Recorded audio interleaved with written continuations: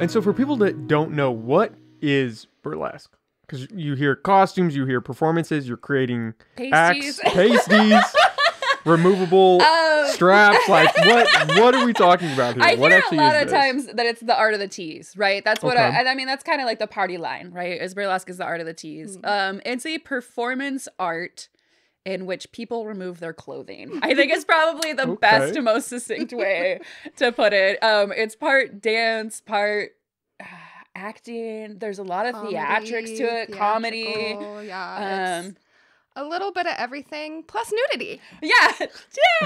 Just throw that in there. I know, you didn't get to see her like great 50s presentation on that one.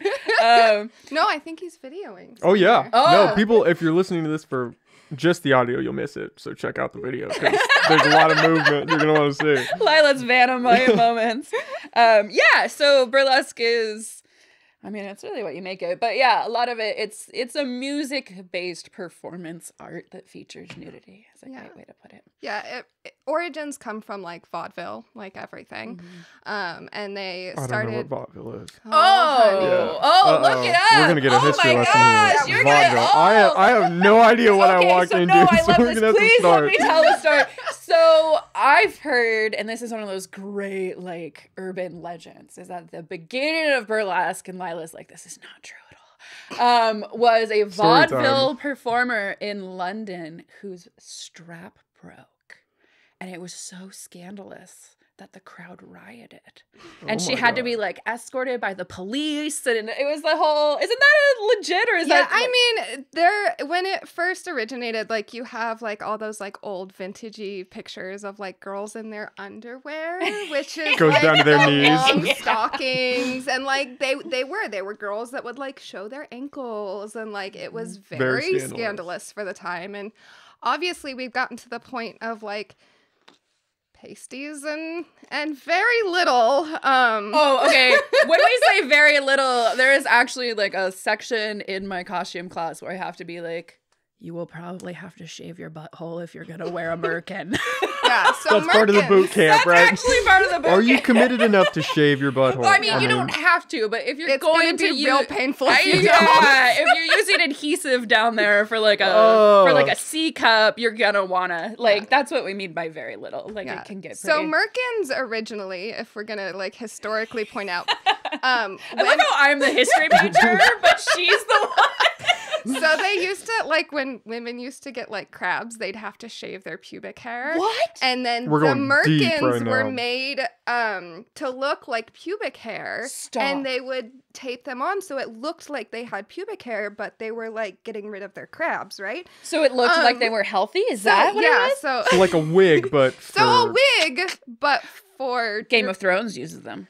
Yeah. Really? Yeah. Yeah, there's a Merkin team. For the Game of Thrones costuming section had a Merkin The more you team, which know. is like my favorite thing in the world. Oh my god. So historically, that's what they were. Nowadays, they're just tiny little pieces that cover up your bits that you're not allowed to show. And they're usually covered in rhinestones. I have one that's a ZZ Top beard. She does have I'm one not that's joking. a little bit more originally based with the hair. I have a ZZ Top beard one. Damn. Yeah. So a merkin Okay. is basically like literally a piece like this big. Mm. That just covers the parts that legally you're required to cover. Which the changed. amount of Damn times laws. I've taped underwear to people to make sure those things are covered. Oh man. That's a fun part of Oh, I being bet. backstage. There have been times that I have had people's ankles on my shoulder in a completely non-sexual way. Like, hold on, let me get in there. Like, yeah, double-sided carpet tape is your friend. Yeah. Yeah. So, yeah, that's what that is. And so that's how that started. So yeah, it Was comes from like from this that. vaudeville like Comedy, sideshow theater, comedy music. and then they started bringing girls into the mix as dancers and performers, and then you just kind of move through time, Showgirls and everything, and then you have like shows that are just mainly burlesque and less comedy centered, and yeah. So they used to have like girls that would come in and perform between like comedians or musicians and stuff like that. And shows nowadays still have a little bit of that, but most of them are usually like burlesque is the main point of it now. I feel like Vava used to do, like when we started, we would have like musicians come in and do like a set. We would have like a stand-up comedy. I remember having stand-up comedy when we were at the Palm, when we used to perform at the Palm. Lounge at the Eureka Inn. Oh, wow. That was, yeah. It was fun. It was really, really fun. But now we pretty much perform in theaters, and it's just a way different vibe. At the Palm, I mean, I remember having to escort a drunk guy off the dance floor. Oh, that's a good time. My very first performance, I think, with the troupe there, a guy walked across I think that's the one I'm talking about! while I was performing and like tried to dance with me, and I was like, what is happening? It was what are you doing? I remember her stage name's boyfriend. Oh, okay.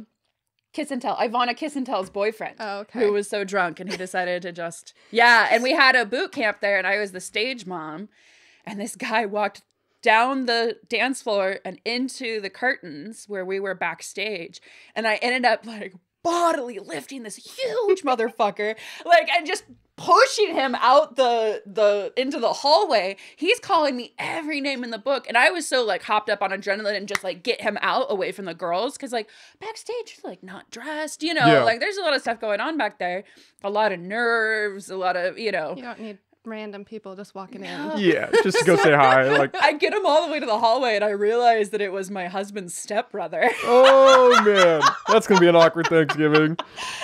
And he ended up messaging my husband, and he's like, "I'm really sorry. I called her all those names." I'm like, dude, I'm sorry. You suck. So performing in bars has a different challenges than I bet. in the theaters. You know, you're on stage. Like, well, I haven't had anybody rush the stage. I don't think we've had that. No. Knock on wood. You'd never be surprised. Yeah. Are you guys performing? Have you performed since COVID started? No. No, the last performance we had was last February. Oh, wow.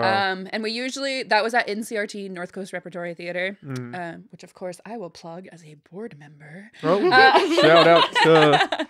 and we do our bigger shows at the Eureka Theater, because the Eureka Theater has like that massive stage capacity, right? So, and our larger shows are usually April and October, because we do our anniversary show in April, and then the Halloween show in October, and then the other ones are at NCRT, because oh my gosh, their backstage is great. Whereas at Eureka Theater, ideal. Eureka Theater, we're like getting ready in the emergency exit hallways. Oh, that's nice. Yeah. Well, then we moved upstairs. Yeah. Which was a little nicer. But now we have to like go all the way downstairs and down. Yeah. It's kind of an interesting logistical situation. So, but yeah, that's pretty much where we perform now. We've also done shows. Oh, good heavens. The bar in Redway. Why can't I remember it right now? Oh, the Brass Rail. The Brass Rail. We've done a couple of shows at the Brass Rail, which has actually been really fun. That's actually probably my favorite bar venue. They have a postage stamp stage, but like it works. It really works. And they have like an apartment above it, so we get to get ready up there and use these really funky, cool old stairs as like our intro. It's fun. It's really fun. We've done that twice. Yeah, I think we went down 2 times. It was pretty fun. Yeah, it's a good time. But yeah, we've performed, and some of us have gone and performed in other places outside of Humble as well.